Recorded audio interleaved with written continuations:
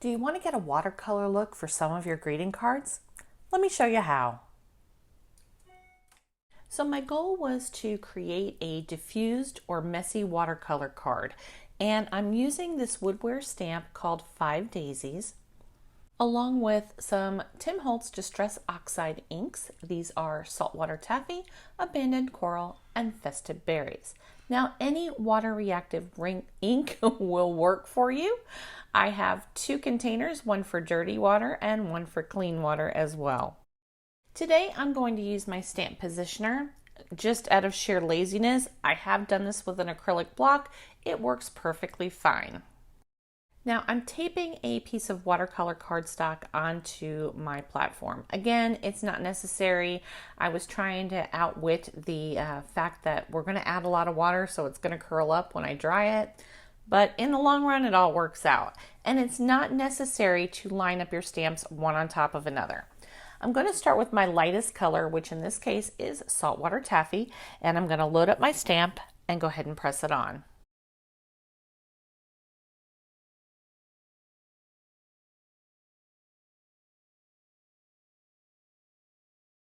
Here I'm using a very inexpensive whiteboard eraser to provide some pressure to my stamp, and it doesn't matter that it doesn't stamp completely because I'm going to load up my paintbrush with some clear water, and I'm literally going to smear the water over the entire stamped image. That way I get a very diffuse color on my paper.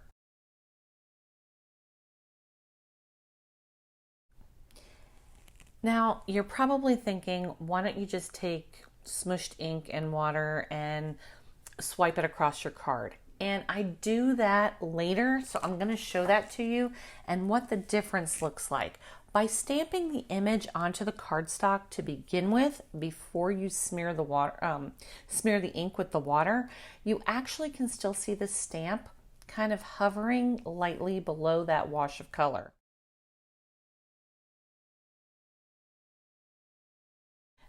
I'm using my heat gun to go ahead and dry this cardstock at this point. I want all of the ink to be completely dry because, as you know, distress oxides will actually layer up. That's why I chose this particular ink for this particular technique. Now the 3 colors are rather insignificant. I just chose a light, a medium, and a dark shade. So any colors that you choose, any stamp that you use will work with this technique. Alrighty, I'm going to give my stamp a quick cleanup. All I'm using is actually an automobile chamois that I cut into pieces, much cheaper than using the stamp brand stuff, and some water. That's it. And I am going to be moving on to Abandoned Coral. Once again, we're going to do the exact same thing. We're going to ink up our stamp and give it a good press.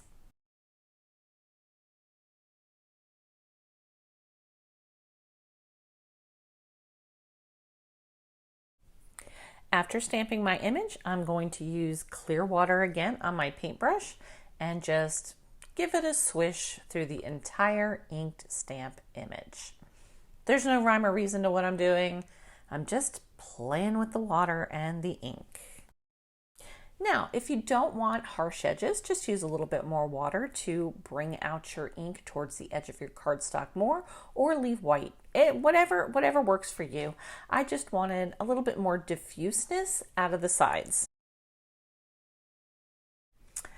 So thank goodness for the power of editing, because what you didn't see was whilst I was doing this, I accidentally knocked over my container. It's a little mason jar. It's actually a salt and pepper shaker.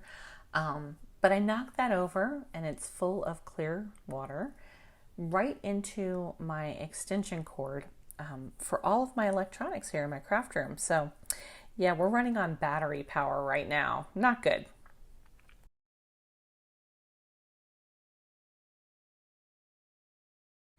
So after drying my second layer and winning Klutz of the Week, I went ahead and started with the exact same color of ink that I already had on the paper, but I catch it and I just quickly wipe off that ink and start again. The third layer is my darkest color, and this time I'm using Festive Berries. For the third and final layer, I do want a fairly decent impression of my stamp because I will not be adding additional water to this one. I just want the watercolor effect to be under this stamp. So that's why I continue to go over it until I get a good impression. Hey y'all, I'm Wendy from Village Card and Crafts, and I want to thank you for joining me today. If you're new to the channel, welcome. I have a really huge goal, and the crafting community never lets you down, let me tell you. You guys are all amazing. My goal is to reach 2,000 subscribers by August, and we're nearly there. So if you're finding value or enjoyment from any of my video content, please consider giving me a thumbs up, subscribing, and ringing that notification bell. Now, if you're already subscribed and you'd like to share your crafty creations with the rest of the group, head on over to Facebook and join us at Village Card and Crafts there as well, and you'll be able to upload your creations and show the rest of the group. I do go ahead and heat set this layer as well, and then I'll show you how I finish off this card. Once I dried my image, I noticed that the centers of my flowers was a little too loose watercolor for me. So I ink smushed some Festive Berries onto my glass mat and used a damp paintbrush to go in and add the centers and whatever other parts that I wanted to just add a little bit more color to them.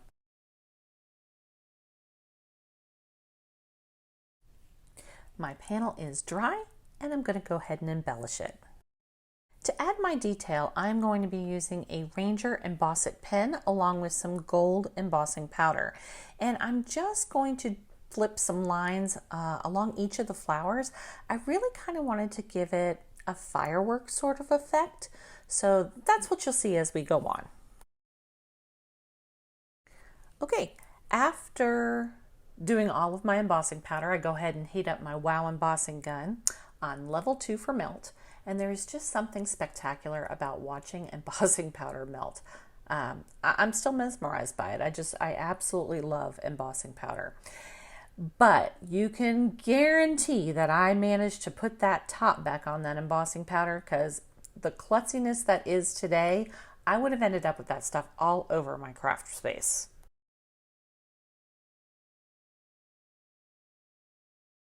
Okie dokie, I'm going to go ahead and whip out the paper trimmer and cut this panel down to 3 3/4 inches by 5 inches. I wanted to leave just a little bit of the white edge in the card because I am going to layer this up with another color behind it.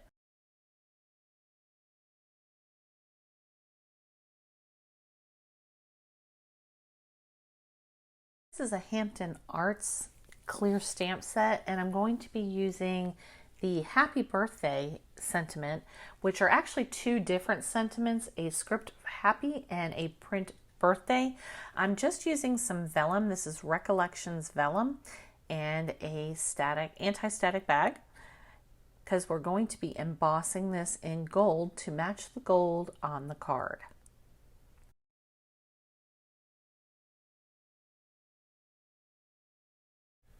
I did opt to use my positioning platform because I just don't trust myself to stamp straight and to be able to get it right the first shot. So I am using Versamark clear sticky ink, and I have gone ahead and stamped that out twice, and now I'm just adjusting the word birthday underneath it, and I'll add Versamark to that as well. Vellum tends to be a little bit more difficult to deal with. It's certainly not impossible, but I understand that a lot of people have vellum problems when they're trying to heat emboss, because ultimately it's plastic, and if you're adding heat to that plastic and melting that powder, it kind of curls, warps, what have you. I haven't found that in the Recollections vellum. I've been very fortunate. I do keep that heat gun moving fast though. I've cut my strip of vellum down, and now I'm going to wrap it around my cardstock. using a little bit of scrapbook.com's double-sided adhesive tape.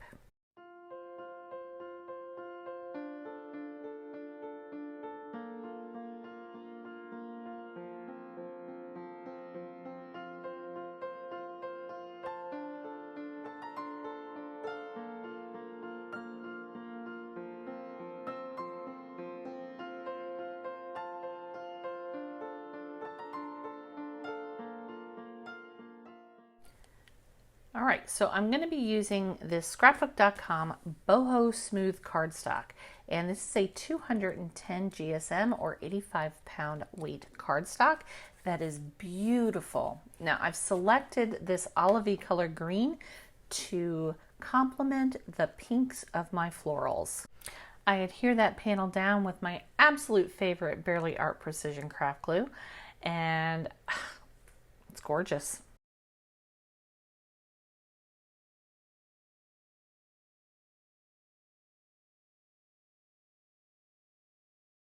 Alrighty, I have a top folding 5.5 by 4.25 card base that is by Accent Opaque. It is a heavyweight cardstock.